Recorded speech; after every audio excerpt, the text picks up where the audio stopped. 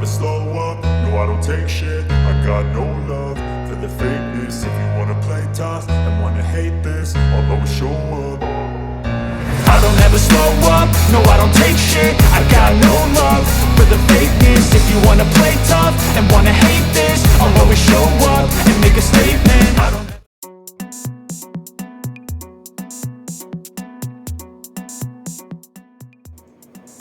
So the first bad experience I had with Scoot is I arrived at Perth International Airport in Western Australia and stood in the line, as everyone does, for quite a bit of time.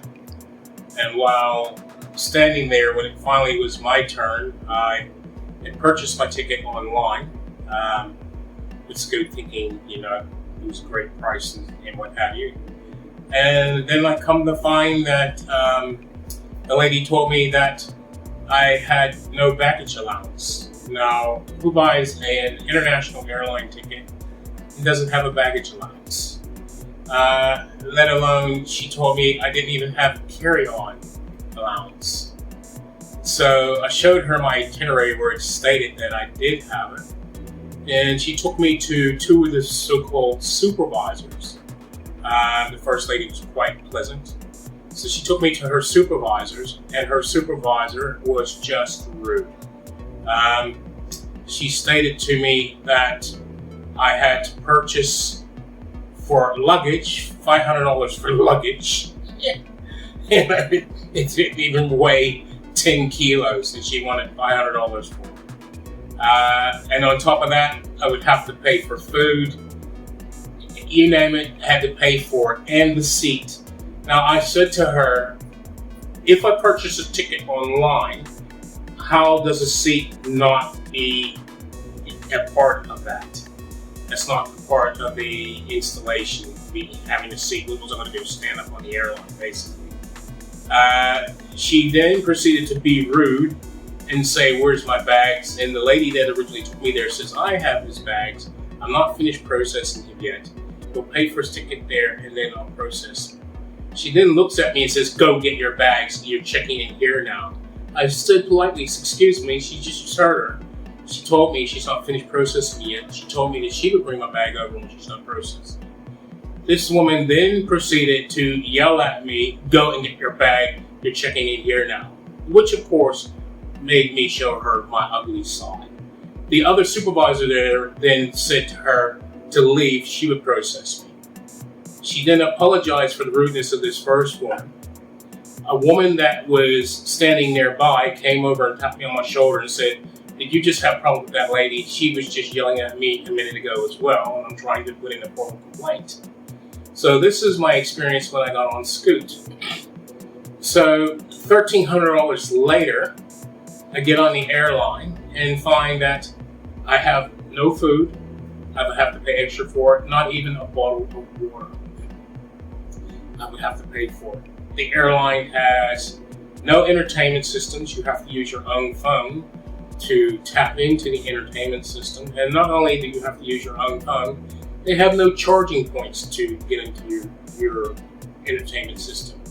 So I don't know if these planes are old planes that they've refurbished or what have you. And they're more or less like cabin parts where they put in as many people and cram in as many people as possible, and they give you no service. The people on the plane themselves were rude as well. So a lot of the staff were rude. So that was my first experience.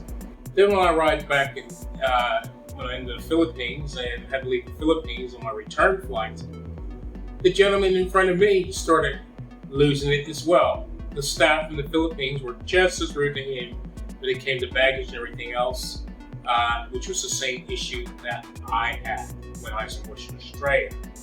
So it seems to be a commonality. It's very sad to see that airfares are through the roof now. They're almost double. They're through the roof now. And now they have these quote-unquote budget airlines. And they're not budget airlines. It costs you more than traveling with a well-known airline after you pay all the extras. And to attach yourself with companies such as Scoot, being Singapore Airlines, they've done themselves great injustice because Singapore Airlines is a great airline. Love flying with them. Great staff, very well trained, very professional in that. To jump on a Scoot airline and then see what I've seen on that airline. Now, I've traveled airlines, various airlines all over the world. My job takes me all over the world. And then to experience what I've experienced on Scoot, hell, I've rode on Central Indian Airlines, Mongolian Airlines, and the service is impeccable compared to Scoot. Singapore Airlines, you've done yourself a great injustice having this as one of your partners in that. And you should rectify it, because I'll tell you, you lose a lot of customers. I never wanted to fly Scoot again. I had to travel back overseas again, and I made sure when I booked online, all my flights were Singapore Airlines flights, because I love traveling with them. Love traveling with Emirates, and there's a couple other airlines I love traveling with as well, where you get really great service. But Singapore Airlines changed my flights to a Scoot airline, and guess what? It was poor service yet again. So that's not a one-out bad experience with them. It just seems to be in the culture, poor training, poor supervision, and no leadership.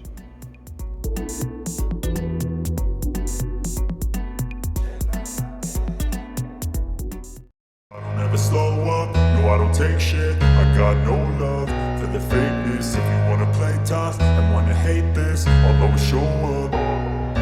I don't ever slow up, no I don't take shit. I got no love for the fakeness.